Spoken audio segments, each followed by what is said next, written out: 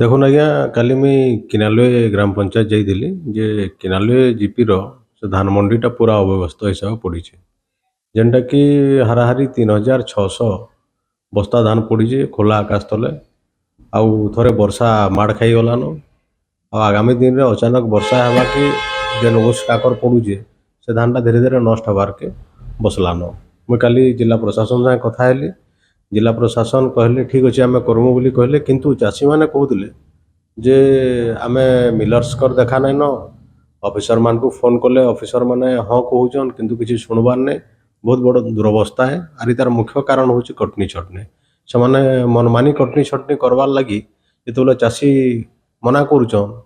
Manifesto भी से कहते आम कटनी छटनी नहीं करूँ बोलिकी आउ माने विभिन्न समय अनेक नेता माने भी कहते बिना कटनी छटनी धान बिक्री हेबा किंतु तांकर गाइडलाइन बाहर कले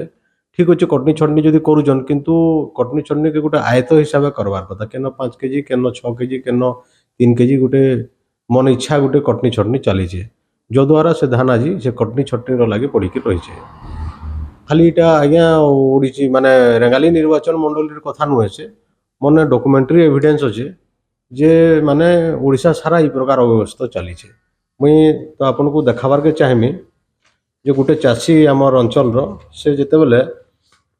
माने धान मंडी के 187 बस्ता धान नहीं आउ सीधा सलग सेन तार माने 85 क्विंटाल धान रु 3 क्विंटाल धान पूरा काटी देछन बोले जदि आमे बिना कटनी छटनी करूछ बोली कहा जाउची आउ 3 क्विंटाल जदि काटी दउछन 85 क्विंटाल रु ताले चाषी केते क्षति सहूचे इटा आपण माने निश्चित भावे जानुछन। आउ से माने 2024-25 रे से माने कलेक्शन टारगेट आज्ञा थिला 5 कोटी 40 लाख क्विंटाल। एक क्विंटाल रे एमएसपी 2300 टंका आ बोनस बाबद रे 800 टंका माने मोटामोट 3100 टंका देबे बोली कि कहा सरकार सेटा भी देई दौचन से आम धन्यवाद देमु किंतु गोटे पक्ष 3100 दौचन बोली कि जेन कहा जाउचे चाषी क्षति सहूचे सेटा गोटे माने अवर्णनीय कथा है। आपण जदि केवल जदि धान उपर जदि आम बजेट देखमा ताहले 5 कोटी 40 लाख क्विंटाल तांकर टार्गेट है राइस उपरे अर्थ 16,740 कोटी टंका खरीफ और रबी रे समान टार्गेट नहीं एक क्विंटाल रे जदि आम ये आकलन के देखमा से डॉक्यूमेंट्री एविडेंस भी आपन को देखे दउजे जदि देखमा कहले इन आपण माने देखबार के पाउथिबे सीधा सलग से 304 क्विंटल माने 304 केजी धान कटा है अर्थात 3 क्विंटल धान से माने सीधा सलग से चाषीटा काटी देछन। जदि ई हिसाब जदि एवरेज हिसाब पकामा आज्ञा 5 कोटी 40 लाख क्विंटाल के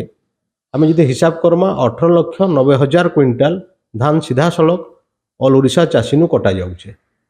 आर इताके जदि 18,90,000 क्विंटाल के जदि आम 3100 हिसाब जदि हिसाब करमा ताहले 585 कोटी 90 लाख टंका चाषीर हक उपरे मारी दिया जाउछे। माने चाषी तो धान दउछे आज्ञा पूर्ण मात्रा रे काकरी एतकी टंकाटे तार माने तांकर नु कटा गला अर्थात चाषीर हक के से माने मारी दउछन से टंकाटा कुआडे जाउछे एटा गोटे चिंतार विषय दुखर विषय है। जदि तुम आपण कहउछन नहीं काटू बोली कि गोटे आड़े आउ सीधा सलग फील्ड के गला बेले आपण से मेसीन भी नहीं न आउ मिलर्स माने जेन मनमानी करूछन इतिरे तली तंताल होउछन चाषी माने खरा वर्षा शीत दिन से माने खटिगिरी जेन टिके धान मुठाटे बाहर करूछन आर जेन तांकर परिवार प्रतिपोषण करवार लगी जेन गोटे आशा व्यक्त करिक जेन चाष कार्य करूछन आगामी दिन जदि ई प्रकार जदि हेबा लोग चाष करवार लगी भी नाराज हेबे जमी पड़िया पड़वा। मुई गणमाध्यम रे सरकार को अनुरोध करमी जे जदि से माने करूछन